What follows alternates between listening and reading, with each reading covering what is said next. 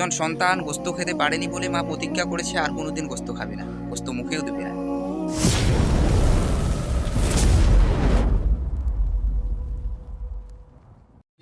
আসসালামু আলাইকুম রহমতুল্লাহি ওয়া বারাকাতুহু। প্রিয় ভিউয়ার্স, আমি একটা বাস্তব গল্প আপনাদের সামনে উপস্থাপন করব। এটা কোনো মিথ্যা গল্প নয়, যেটা আমার সামনেই ঘটে গেছে আমি সেটাই আপনাদের সামনে উপস্থাপন করতেছি। আমার মনে হলো যে এই গল্পটা যদি আমি আপনাদের সামনে শেয়ার করি, মনে হয় কিছুটা উপকার হবে আপনাদের। এই কারণেই ভাবলাম যে না, একবার শেয়ার করে দেখি। তো খুবই সুন্দর একটা গল্প, বাস্তব গল্প, যেটা আমার চোখের সামনেই ঘটে গেছে। একটু মন দিয়ে শুনুন শেষ পর্যন্ত, অবশ্যই আপনাকে ভালো লাগবে আর নতুন কিছু শিক্ষা পাবেন ইনশাআল্লাহ। তো ঘটনাটা হচ্ছে একজন মা, ঠিক আছে, একজন মায়ের সন্তান রোগগ্রস্ত, রোগ হয়েছে। তো রোগ হলে তো ডাক্তারের ট্রিটমেন্ট নিতে হবে। তো ঠিক ডাক্তারের কাছে গেছে। ডাক্তারের কাছে গিয়ে ডাক্তারকে বলেছে আমার এই এই সমস্যা হওয়ার পর, রিপোর্ট করার পর কোনো একটা রোগ ধরা পড়েছে, বড় ধরনের রোগ। তো রোগ ধরার পর ডাক্তার বলেছে যে তোমাকে এই এই এই এই জিনিস খাওয়া যাবে না। এটা স্বাভাবিক বাধা দিয়ে থাকে ডাক্তার। তো ওই রোগী ব্যক্তি, মানে মায়ের সন্তান, দুঃখিনী মায়ের সন্তান খেতে চেয়েছিল গরুর মাংস। বাড়িতে গরুর মাংস আছে, সবাই খাচ্ছে, উনিও চাচ্ছেন যে আমি একটু খাই।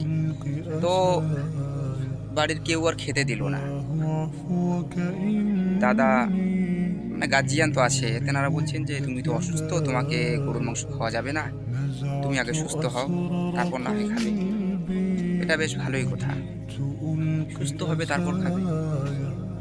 তো রোগী ব্যক্তির মন চাচ্ছে গোস্ত খাইতে, কিন্তু খাইতে পারতেছে না। তার কারণ ডাক্তার বাধা করেছে আর আমার শরীরে যেহেতু একটা রোগ বাস করতেছে, তো খেতে পারেনি। বেশ কিছুদিন গত হয়ে যাওয়ার পর ওই রোগে আক্রান্ত হয়ে মৃত্যুবরণ করে। ওনার আশা কিন্তু ছিল যে গোস্ত খাবে, কিন্তু খেতে পারেনি, তার আগেই মৃত্যুবরণ করেছে। এই সম্পূর্ণ বিষয়টা কিন্তু ক্যাপচার করেছে তার মা। সম্পূর্ণ বিষয়টা জানেন, দেখেছেন, শুনেছেন। তো সন্তান যে গোস্ত খেতে চেয়েছে সেটা মা জানে, খেতে দেয়নি এটাও জানে, না খেয়ে মারা গেলেন এটাও জানে, সব কিছুই জানে। তো ওই দুঃখিনী মাকে আমি একদিন জিজ্ঞাসা করলাম, আপনি খেয়েছেন? এটা আমি বাস্তব ঘটনা বলছি, কিন্তু আমার চোখের সামনে যেটা ঘটে গেছে। তো আমি জিজ্ঞাসা করলাম, আপনি খেয়েছেন? বলছে হ্যাঁ খেয়েছি। তো কি দিয়ে খেয়েছেন? ইত্যাদি ইত্যাদি শাকসবজি দিয়ে খেয়েছি। কেন, গোস্ত তো বাড়িতে ছিল, আপনি খাননি? তো দুঃখিনী মা কি জবাব দিল জানেন? যে আমি আর কোনোদিন গোস্ত খাবো না।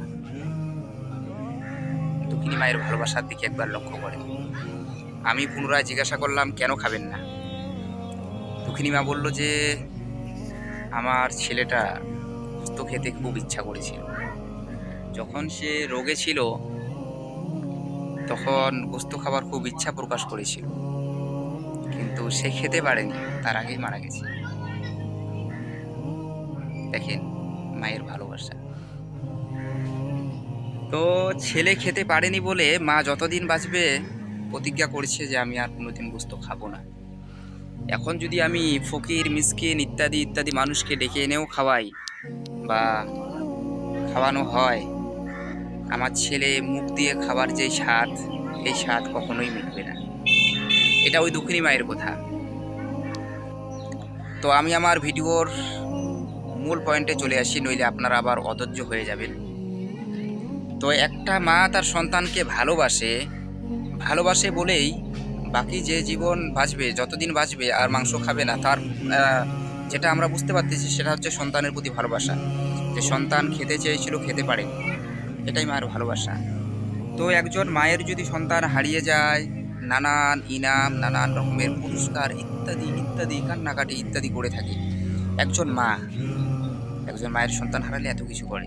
একজন সন্তান গোস্ত খেতে পারেনি বলে মা প্রতিজ্ঞা করেছে আর কোনোদিন গোস্ত খাবে না, গোস্ত মুখেও দেবে না। তো একজন মায়ের ভালোবাসা যদি এতটা হতে পারে, তাহলে আল্লাহ সুবহানাহু ওয়া তাআলা আমাদের তো 70টা মায়ের চাইতেও বেশি ভালোবাসে।